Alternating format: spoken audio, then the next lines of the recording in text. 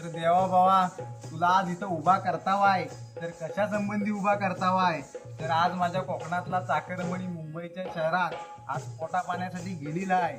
आज तुझं गणपतीचं हौशी मोदीचे दिवस आलेला आहे आणि आमच्या चाकरमण्यांना आज गावाला यायला सुट्टी भेटत नाही आहे. तर त्यांच्या शेठला समज घाल आणि मुंबादेवीला मोठे पान दे आणि तू आज लहान पान घे आणि माझ्या कोकणातला सगळा चाकरमणी ह्या वर्षी गणपतीला सुखरूप गावाला येऊ दे. तर ह्या गणपतीपासनं पुढल्या गणपतीपर्यंत सर्वांना सुखाने सांभाळ ग माझी आई.